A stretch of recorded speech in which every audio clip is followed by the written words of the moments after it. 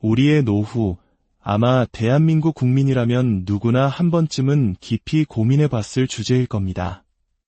불확실한 미래를 지탱해줄 가장 든든한 버팀목, 바로 국민연금이죠.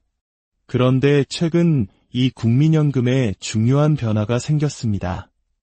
우리가 내는 돈은 조금 더 늘어나고 미래에 돌려받는 돈도 조금 더 많아진다는 소식입니다. 구체적으로 현재 소득의 9%를 내던 보험료율이 앞으로 13%까지 점진적으로 오르게 되고 은퇴 후 받게 될 연금액의 기준이 되는 소득대체율은 43%로 결정되었습니다. 이 소식을 접한 많은 분들이 궁금해하십니다. 그래서 나에게는 어떤 영향이 있는 걸까? 과거에 못 냈던 보험료, 즉 추후납부를 하려고 했는데 언제 하는 것이 가장 유리할까? 오늘 여러분의 그 복잡한 마음을 시원하게 풀어드리고자 합니다. 어려운 용어와 계산은 잠시 잊으셔도 좋습니다. 제가 여러분의 든든한 안내자가 되어 이번 국민연금 개혁이 우리의 미래에 어떤 의미를 가지는지, 그리고 우리는 어떤 선택을 해야 가장 현명할지 차근차근 이야기해 드리겠습니다. 우리의 지혜로운 선택이 미래에 큰 축복으로 돌아올 수 있도록 이 이야기에 잠시 귀 기울여 주시길 바랍니다. 만약 오늘 내용이 여러분의 삶에 도움이 된다고 느끼신다면 이 지혜를 주변의 소중한 분들과 나누어 주십시오. 구독과 공유를 통해 선한 지식을 나누는 것은 서로의 미래의 평안과 안정을 기원하는 가장 아름다운 방법일 것입니다. 자, 그럼 시작하겠습니다. 가장 핵심적인 질문부터 던져보겠습니다. 과거에 내지 못했던 보험료를 내는 추납, 과연 올해 하는 것이 유리할까요? 아니면 소득대체율이 더 오르는 내년에 하는 것이 더 나을까요? 많은 전문가들이나 주변 사람들은 이렇게 말하곤 합니다. 내년부터 소득대체율이 41, 5%에서 43%로 오르니까 당연히 내년에 추납해야 더 많이 돌려받는 거 아니야. 언뜻 들으면 아주 합리적인 생각입니다. 하지만 여기에는 우리가 놓치기 쉬운 중요한 함정이 숨어 있습니다. 결론부터 말씀드리면 약간의 차이지만 올해 추납하는 것이 조금 더 유리합니다. 그 이유는 바로 가성비 때문입니다. 국민연금의 가성비는 단순히 얼마나 돌려받느냐의 문제만이 아니라 내가 낸 돈이 얼마의 소득으로 인정받느냐의 문제와 깊이 연관되어 있습니다. 조금 복잡하게 들리시나요?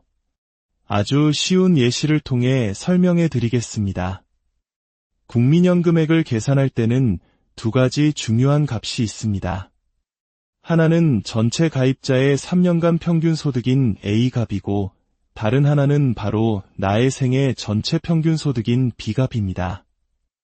A값은 사회 전체의 소득 수준에 따라 변하는 것이니 우리가 통제할 수 없지만 B값은 우리가 언제, 얼마를 내느냐에 따라 달라집니다. 그리고 이 B값이 높을수록 우리가 받을 연금액도 당연히 늘어납니다. 자, 가령 이미 가입자인 당신이 매달 18만 원씩 추납을 한다고 가정해 보겠습니다. 올해 18만 원을 내면 현재 보험료율인 9%를 기준으로 계산되어 당신의 월소득은 200만 원으로 인정받습니다. 당신의 B값에 200만 원이라는 기록이 남는 것이죠. 하지만 내년에 똑같이 18만 원을 낸다면 어떻게 될까요? 내년 보험료율은 5%로 오릅니다. 따라서 같은 18만 원을 내더라도 당신의 소득은 약 189만 원으로밖에 인정받지 못합니다. 같은 돈을 냈는데도 당신의 소득 기록, 즉 B값은 오히려 11만 원이나 줄어드는 셈입니다. 소득 대체율이 6% 오르는 효과보다 같은 돈으로 인정받는 내 소득이 줄어드는 손해가 더 크기 때문에 올해 납부하는 것이 더 유리하다는 결론이 나옵니다. 시간이 흘러 보험료율이 13%까지 오르는 2033년이 되면 이 차이는 더욱 극명해집니다. 그때 가서 18만 원을 추납하면 인정받는 소득은 고작 138만 원 수준으로 떨어집니다. 지금 200만 원으로 인정받을 수 있는 기회와 비교하면 엄청난 차이죠. 따라서 추납을 계획하고 있다면 가급적 빨리 보험료율이 더 오르기 전에 실행하는 것이 현명한 선택입니다. 어떤 분들은 이런 질문도 하십니다. 추납할 돈으로 투자를 해서 불리다가 연금 받기 직전에 한꺼번에 내는 게 낫지 않나요? 일찍 낸다고 이자를 주는 것도 아니잖아요. 이 또한 매우 중요한 지점입니다. 국민연금은 은행 예금처럼 이자를 붙여주지는 않습니다. 하지만 그보다 더 강력한 소득 재평가율이라는 장치를 가지고 있습니다. 이것은 과거에 당신이 벌었던 소득의 가치를 현재의 화폐 가치로 다시 환산해주는 마법 같은 제도입니다. 예를 들어 2015년에 당신의 월소득이 100만 원이었다면 올해 기준으로 재평가율을 적용해 약 146만 7천 원의 가치로 인정해줍니다.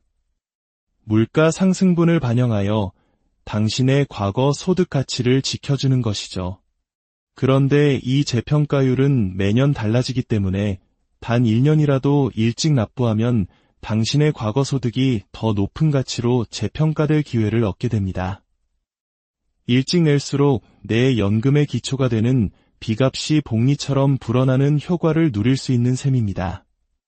그렇다면 추납, 선납, 그리고 예전에 받았던 일시금을 다시 반납하는 반납은 각각 어떻게 다를까요?